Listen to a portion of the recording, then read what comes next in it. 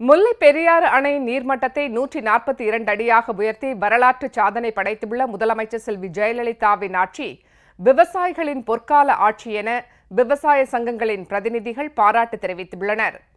தமிழக மக்களின் நலன் ஒன்றையே தமது உயிர் மூச்சாக கொண்டு அல்லும் பகலும் அயராது பாடுபடும் முதலமைச்சர் செல்வி ஜெயலலிதாவின் நிர்வாக திறனுக்கு மிகச்சிறந்த சான்று முல்லை பெரியாறு வழக்கில் முதலமைச்சர் பெற்றுள்ள வரலாற்று சிறப்புமிக்க உச்சநீதிமன்ற தீர்ப்பு என்றும் விவசாய சங்கங்களின் நிர்வாகிகள் தெரிவித்துள்ளனர். முல்லை பெரியாறு அணையின் நீர்மட்டத்தை 142 அடியாக உயர்த்துவதற்கான வரலாற்று சிறப்புமிக்க உச்சநீதிமன்ற தீர்ப்பினை பெற்றுத்தந்து அதனை நடைமுறைப்படுத்திய முதலமைச்சர் செல்வி ஜெயலலிதாவுக்கு நன்றி தெரிவிக்கும் வகையில் மதுரையில் நேற்று நடைபெற்ற பிரம்மாண்ட விழாவில் தேனி, திண்டுக்கல், மதுரை, சிவகங்கை மற்றும் ராமநாதபுரம் மாவட்டங்களைச் சேர்ந்த விவசாயிகள் சங்கங்களின் சார்பில் அதன் பிரதிநிதிகள் முதலமைச்சருக்கு நன்றியும் பாராட்டும் தெரிவித்து பேசினர். தென் தமிழ்நாட்டின் 5 மாவட்ட விவசாயிகளின் வாழ்வாதாரத்தை பாதுகாத்துள்ள முதலமைச்சர் செல்வி ஜெயலலிதாவுக்கு விவசாயிகள் மற்றும் பொதுமக்கள் சார்பில் அவர்கள் தங்கள் நெஞ்சார்ந்த நன்றியை தெரிவித்துக் கொண்டனர். இதே மதுரை மண்ணிலே 2010ஆம் ஆண்டு தாங்கள் இதே அரங்கத்திலே ஒரு சூளுரைத்தீர்கள். தாங்கள் ஆட்சிக்கு வந்தால் முல்லை பெரியாறு அணையை 142 அடி உயர்த்து காட்டுவேன் என்று சொன்னீர்கள். சொன்னதை செய்தும் காட்டினீர்கள். இழந்த உரிமையை இடைவிடாது போராடி தனியொருவராய் களம் கண்டு பகைவர் புறம் கொண்டு ஓட வெற்றி கண்ட தரணி போற்றும் சாதனை தாயே, வாழும் பெண்ணிக்குய்க்கே எங்கள் தாகம் தீர்த்த நீரே, நீர் வாழ்க. காவிரி நீர் பங்கீடாகட்டும், முல்லை பெரியார் அணை பிரச்சனையாகட்டும், அனைத்திலும் மத்திய அரசிடமும் உச்ச நீதிமன்றத்திலும் சரியான புள்ளிகளை எடுத்து கூறி முறையாக வாதிடச் செய்து வெற்றியை அடைந்தவர் நம்முடைய முதல்வர் அம்மா அவர்கள். முதல்வர் அம்மா அவர்களை தேனி மாவட்ட பெரியாறு, இருபோக, நஞ்சை, புஞ்சை விவசாயிகளின் சார்பில் பாராட்டுவதில் பெருமகிழ்வு அடைகின்றேன். கடந்த பல ஆண்டுகளாக மேற்படி 5 மாவட்ட விவசாயிகளும் மிகவும் பாதிக்கப்பட்ட நிலையில் இந்த நிலையற்ற இந்த நிலைமை மாற்ற யாராவது வர மாட்டார்களா என ஏங்கி தவித்து கொண்டிருக்கும் வேளையில் அதை செய்வோம் இதை செய்வோம் என ஆசை வார்த்தை சாலம் காட்டி ஆட்சியை பிடித்து பதவியில் அமர்ந்தவுடன்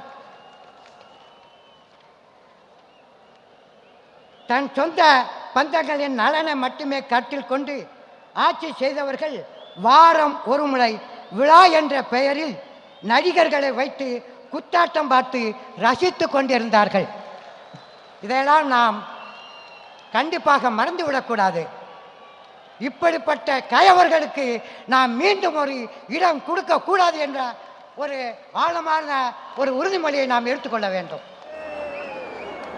இந்த நிலையில்தான் 5 மாவட்ட விவசாயிகளின் நலம் கருதி இதய தெய்வம் புரட்சி தலைவி தமிழக முதல்வர் மாண்புமிகு முதலமைச்சர் அம்மா அவர்கள் 2006ஆம் ஆண்டு முதல்வர் பதவியில் இல்லாத போதிலும் உச்ச நீதிமன்றத்தில் வழக்கு தொடர்ந்து பல்வேறு சட்ட போராட்டங்களை நடத்தி இறுதியில் வெற்றி கண்டு முதற்கட்டமாக 142 அடி நீரை தேக்கி வைத்துக் கொள்ள உத்தரவு பெற்றுள்ளார்கள்.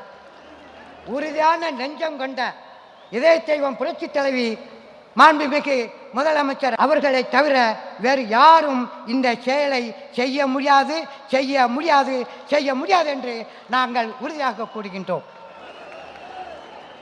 பங்காளி துரோகம் செய்தவன் இதுவரை வாழ்ந்ததாக சரித்திரம் கிடையாது. அதற்கு ஒரு உதாரணம்தான் பாண்டவர்களுக்கும் கௌரவர்களுக்கும் ஏற்பட்ட மகாபாரத போரை பற்றி அனைவருக்கும் தெரியும். பாண்டவர்கள் 5 பேர், அவர்களுக்கு உதவியவர் ஆபத் பாந்தவன், அநாதை இரட்சகன், கிருஷ்ணன் அவர்கள். கௌரவர்களுக்கு உதவியவன்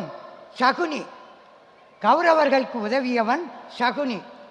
இறுதியில் பங்காளி துரோகம் செய்த கௌரவர்களையும் சகுனியையும் தோற்கடித்து வெற்றி தேடி தந்தவன் கிருஷ்ணன்.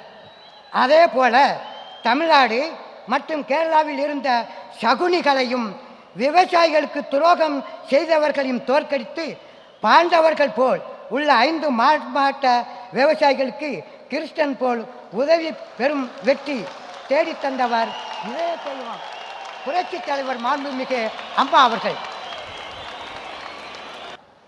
மாண்புமிகு அம்மா அவர்கள் பாண்டவர்கள் 5 பேர் அவர்களுக்கு உதவிய கிருஷ்ணனின் திரு நாமத்தில் வரும் எழுத்துக்கள் 5. அதேபோல் பாதிக்கப்பட்ட 5 மாவட்ட விவசாயிகளின் வாழ்வாதாரத்தை காத்த இதய தெய்வம் புரட்சி தலைவி தமிழக முதல்வர் மாண்புமிகு அம்மா அவர்கள் திருநாமத்தில் வரும் எழுத்துக்களும் 5.